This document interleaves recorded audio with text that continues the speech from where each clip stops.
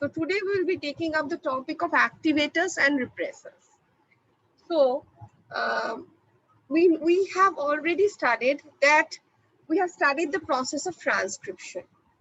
During transcription, we saw that the polymerase recognizes the promoter elements, sits on the promoter elements, transcribes the coding region into an mRNA, and then gets released from the terminator. This is what we studied in transcription. During eukaryotic transcription, we also studied that there are certain transcription factors. If you remember TF2D, TF2H, so there are certain transcription factors that facilitates the process of transcription. However, in eukaryotic cell, the transcription of a gene is not always restricted to polymerase and the presence or the availability of transcription factors only.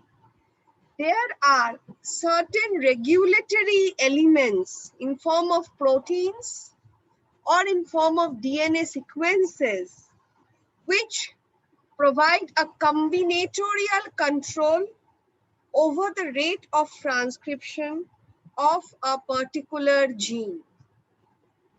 Now, when we talk about, so let us imagine that this is the promoter element, and we are seeing that polymerase has recognized the promoter element.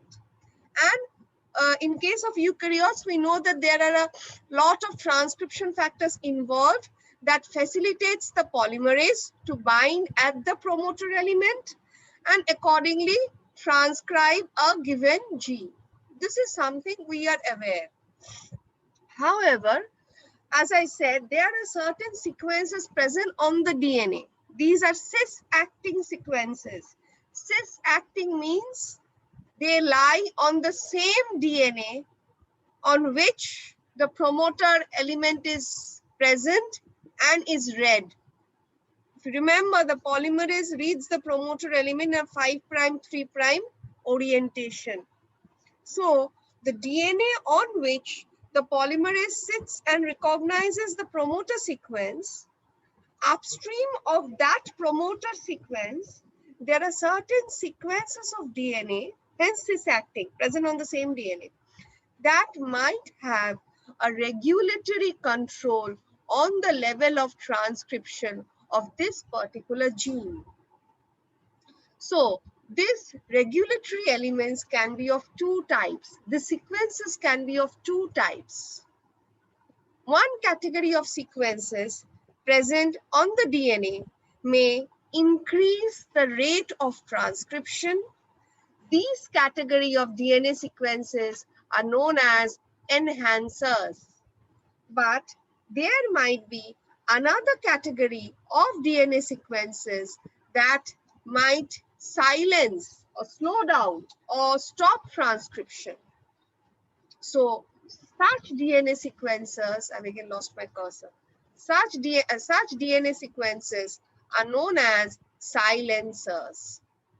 So this is one important part in case of eukaryotic transcription that we see is that the level of transcription can be controlled by DNA sequences upstream of the promoter elements. The transcription level can be increased by these sequences. Hence, these sequences may be known as enhancers, or the transcription level may be decreased or stopped by the presence of the sequences, hence they are known as repressors. Now, one thing to be kept in mind that enhancers and repressors are sequences present on the DNA. But it becomes difficult for a segment of DNA, just imagine for a segment of DNA to interact with another segment of DNA. This is a bit difficult scenario. So what happens? There are proteins that can identify these sequences. The sequences which can activate transcription or which can repress transcription.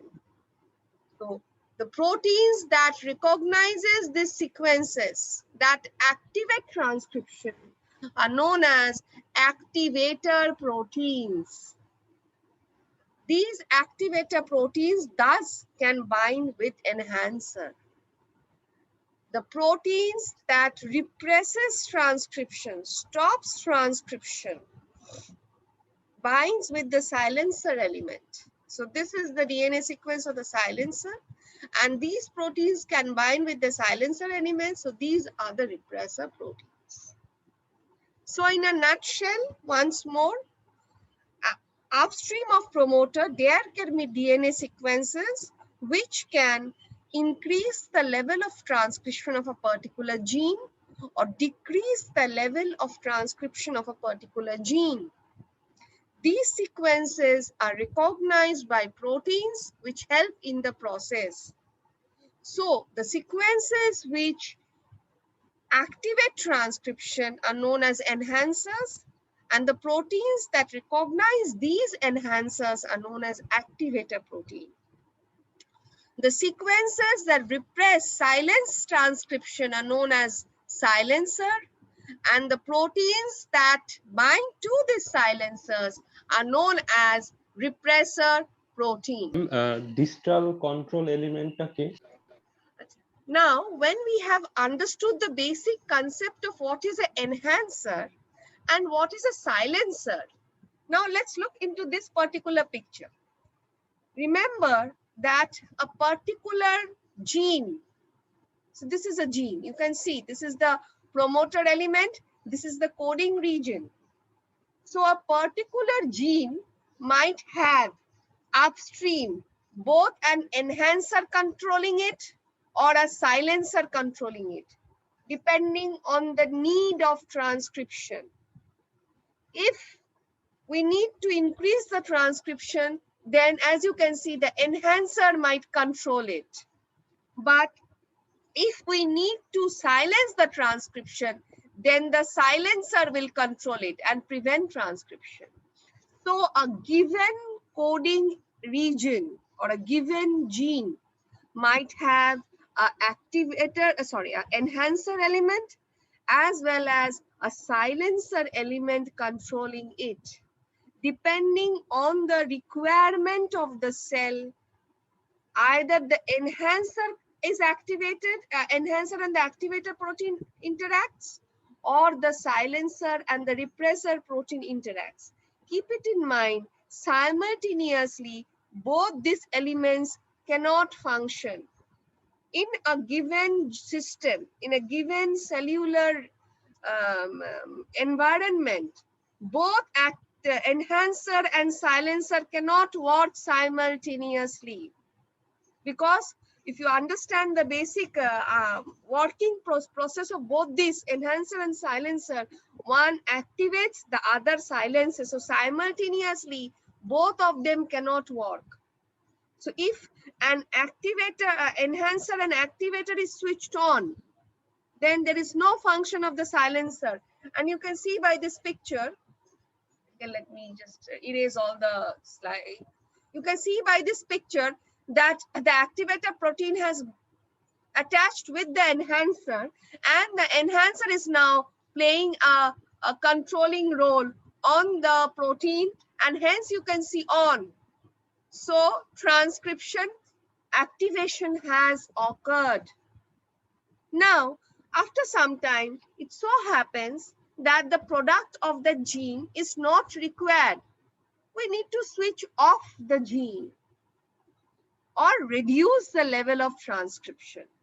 In that case, if you look into the nearby picture, you see the repressor protein has attached with the silencer, and now the repressor protein is exerting its effect on the promoter elements, and gene transcription is stopped. So you are seeing a situation where it is switched off.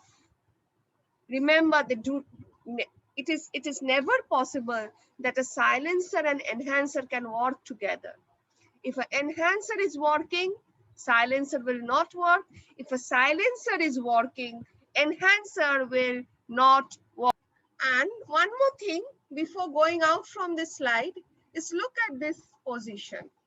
As you see, just now said that the enhancer elements are situated or the silencer elements are situated upstream of the promoter sequences. So when a activator protein, where did my cursor go? Okay. So when an activator protein binds with the enhancer, how is it supposed to interact with the transcription factors? Because it is sitting at some distance from the transcription factors. Now, in most cases, you look at the picture, the DNA loops. So at that local position, what happens?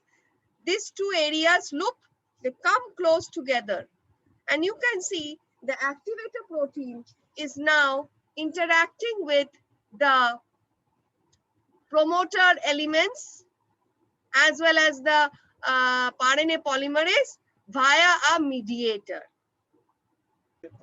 So the important thing to be kept in mind is that these elements are quite far from the promoter sequences.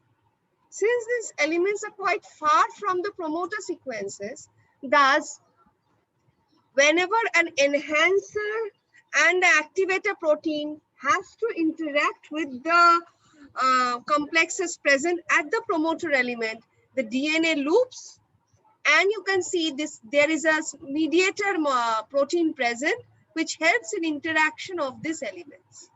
Similarly, if you look at the case of a repressor, see the repressor protein is attached here, and we have this protein complexes present at the promoter region along with the polymerase, and the repressor protein is also interacting with these complexes via this mediator. So this is about activator, repressor, and how this activator and the repressor proteins, by binding with enhancer and silencer, can bring about the activation of a particular gene or can bring about the repression of a particular gene.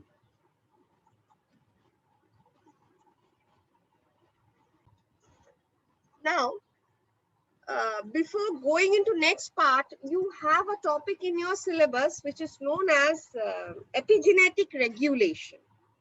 Now, what do we mean by epigenetics?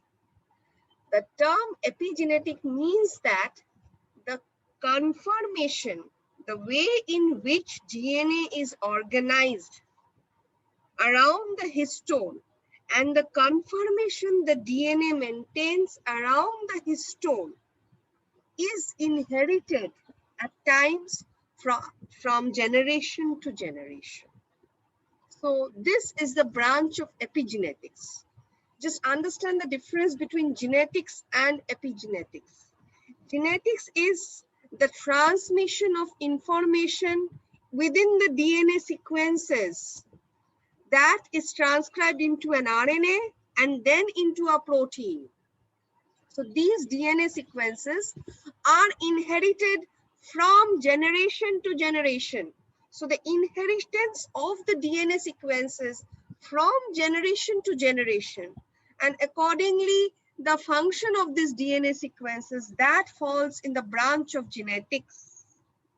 But when I use the term epigenetics, it means that how the DNA is organized in the chromosome, not the sequences, the morphological organization of the DNA around the histone. And this organizational capacity of the DNA is inherited from generation to generation. This is the branch of epigenetics. Now, when we talk about epigenetics, there are two mechanisms by which structural modification of DNA is done. One modification is the addition of methyl groups. And this methyl group is usually added to cytosine molecule. If you remember the 4 bases of DNA, just a second, where did my cursor go?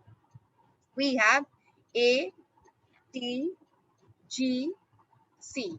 So one of the major structural modifications that is brought about in DNA is addition of methyl groups to cytosine. So the moment methyl group is added to cytosine, this portion of the DNA becomes inaccessible to the various proteins that are supposed to bind here. So normally it has been seen that in the promoter region of many eukaryotic genes, there is this CG repeated sequence. So we have this CG, just interruptions. So we have this CG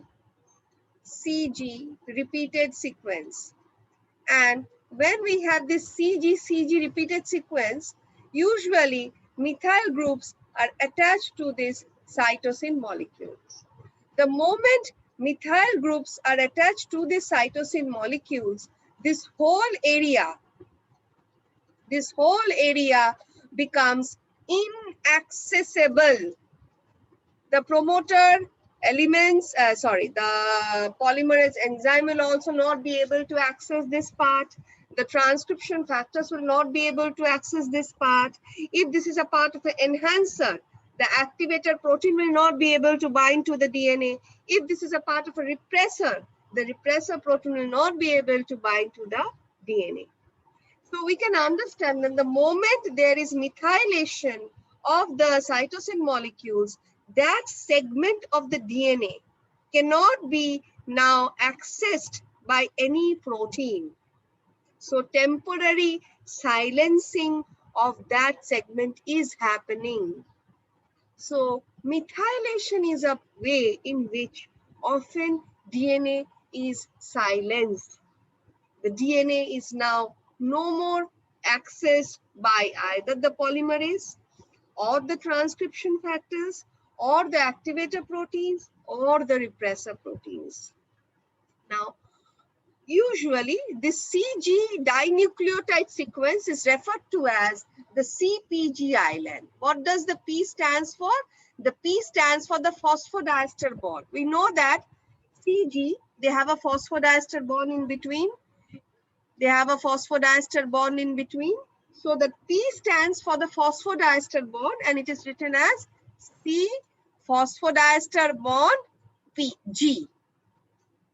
So usually when there is this kind of silencing done, it is observed that there is numerous repeats of the CG dinucleotide, which is often referred to as the CpG island.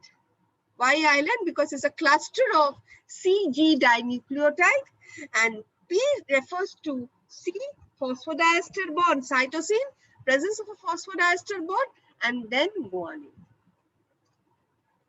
So you can see, so there is this CpG island, the and this is an enhancer element. You see, this is an enhancer element. And there was a CpG island present in the enhancer element is present within a CpG island. And you are seeing that the cytosine molecules of the CpG island has been methylated. As a result of this methylation, you are able to see that the enhancer protein, the activator protein can now no more bind with the enhancer. It was supposed to bind here. But because of the presence of this methylation, no more binding of the activator protein. And hence, if this activator protein controlled the increased expression of a gene, this activator protein will now not be able to do so because the activator protein is now not being able to access the enhancer because of the presence of the methylation groups, methyl groups on the cytosine molecules of the CpG island. So this is also one way of gene silencing. Now we understood that CpG dinucleotide, their presence is a risk factor because in most cases, a methyl group might be added to this cytosine. When a methyl group is added to this cytosine, it becomes methyl cytosine, right? So this is methyl cytosine. Sorry. Where did that go?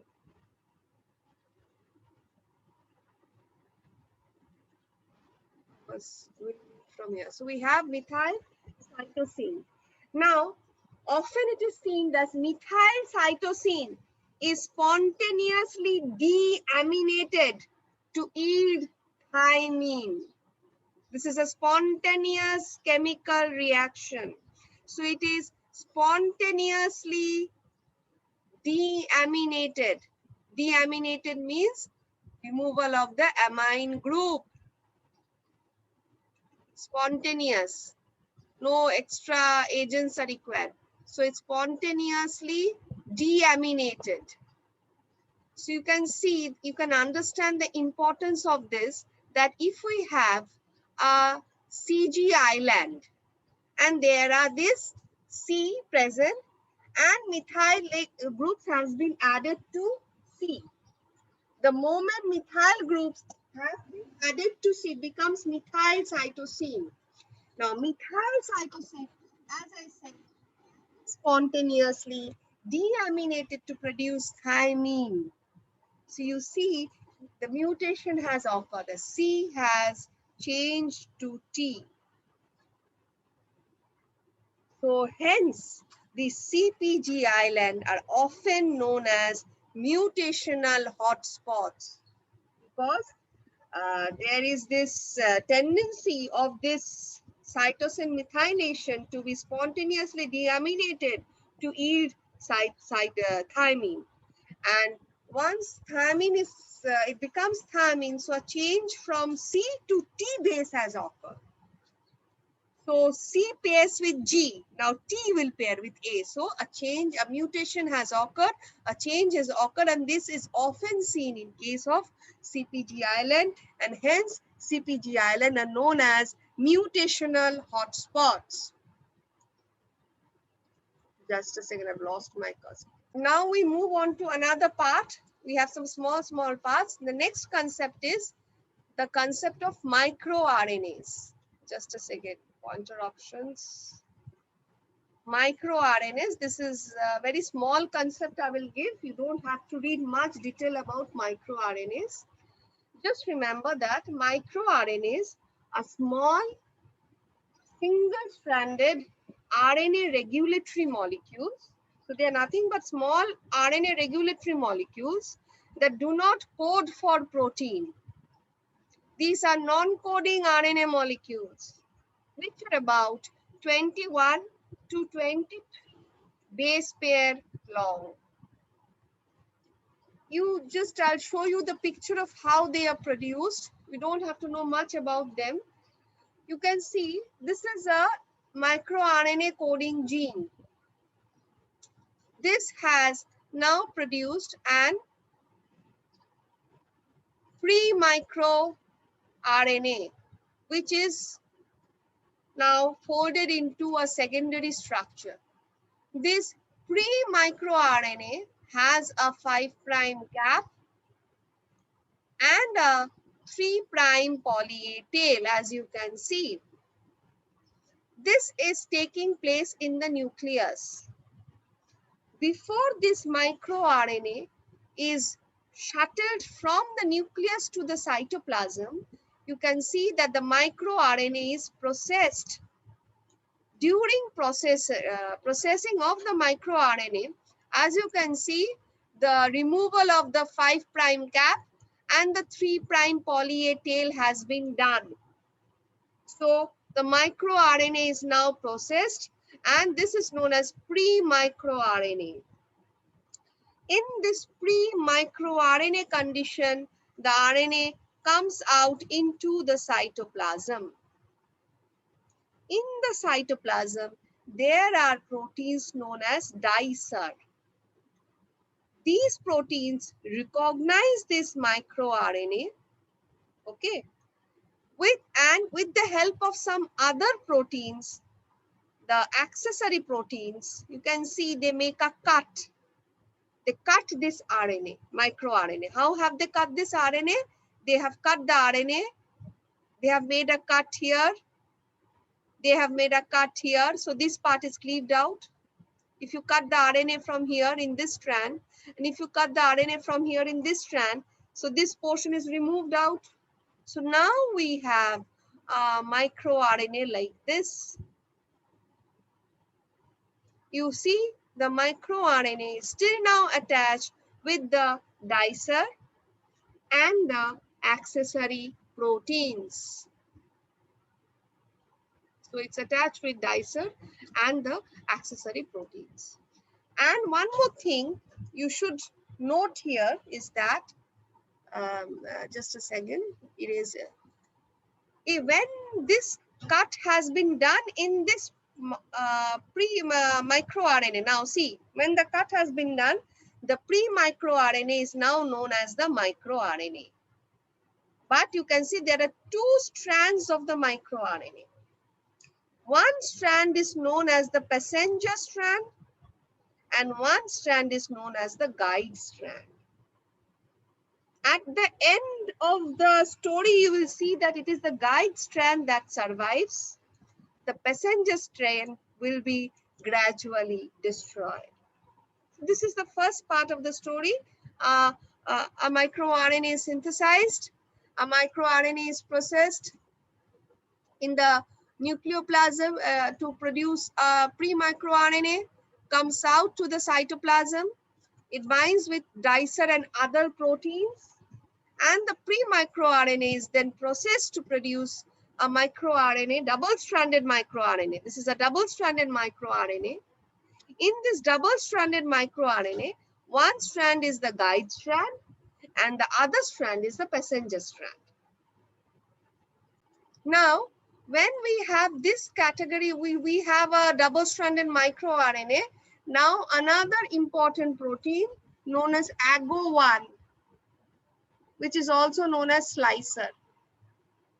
The AGO1 is a RNA endonuclease. So you can understand it can also cleave RNA. Okay. A dicer here is also an endonuclease. Remember that. Whichever protein can cleave an RNA is usually an endonuclease. So dicer is an endonuclease, and this blue color protein, the one I'm showing here, is AGO1 is an endonuclease. So this AGO1 comes and binds to this complex, the double-stranded complex, which is already attached to dicer and the accessory proteins. Now, once the AGO1 comes and binds to this dicer and accessory protein complex, this is now known as the pre-microRNA induced silencing complex, or pre-microRNA RISC. So this is the name of that complex. Within this signaling complex, you can see AGO1 removes the passenger strand. We had a passenger mRNA. So this strand is removed by AGO1. Okay? And it's cleaved first. It is cut into fragments, and a helicase, then as you can see, it cleaves the microRNA. It cleaves the passenger strands, and then a helicase removes the passenger strand. And now we have this complex, which is the microRNA induced silencing complex. This complex is now ready. If, for example, there are plenty of RNA for a particular gene, and we don't want that RNAs to be transcribed into protein, we need to stop the RNA from being transcribed. So what does this complex do? This complex then goes and imperfectly pairs with the RNA molecule. Now this pairing of the microRNA with this single-stranded RNA molecule, even the imperfectly, will prevent ribosome loading on the RNA. So the ribosome will not be able to load on the RNA because of this kind of a pairing of the miRNA complex with the mRNA. And this mRNA will either be degraded, or this mRNA will be stored in a body in the cytoplasm, which is known as the P body, which is a place where these complexes are stored, the mRNAs are stored. So you see, by this mechanism, what did the microRNA achieve? The microRNA was able to silence a gene by preventing the synthesis of protein from its mRNA. We just now saw a study in methylation. In methylation, the methyl group are added to DNA sequences. That is cytosine. So no mRNA production, gene silenced. But if it happens that the gene has produced a huge amount of mRNA, we don't need so much of mRNA. We need to degrade the mRNA or prevent the mRNA from being expressed into protein. So we need to silence the mRNA. So when we need to silence the mRNA, these molecules, these microRNAs, play a vital role. mRNA are single-stranded molecule present in the cytoplasm. These microRNAs induce signaling complexes goes and binds to this mRNA in a imperfect manner. They can bind to a huge amount of different mRNAs in an imperfect manner and bring about the silencing of a gene by preventing the mRNA from synthesizing protein. So we saw gene silencing at two levels, one at the DNA level by methylation and one at the mRNA level by miRNA silencing. So there are two modalities of gene silencing. Either you silence the DNA or you prevent the mRNA from protein synthesis.